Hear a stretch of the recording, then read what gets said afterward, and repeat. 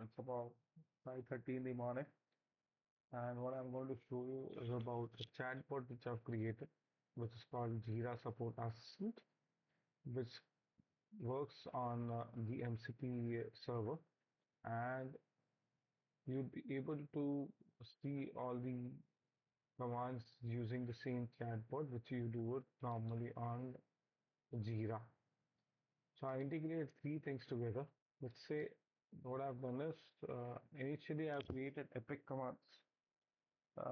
Let's say I created an epic for a project. I could change that project to, let's say, TT, because that's what I've named it default over here. And I named the title with title so and so. Once I click on this, what would happen is it will create a project in TT and the title. So if you look at it in the Jira dashboard, when I refresh it,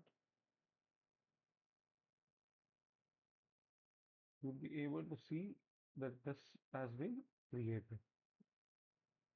See, it has come over here.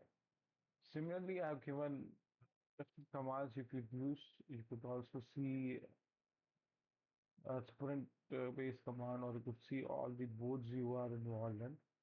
So it is a very friendly way of looking at all the users and how they are.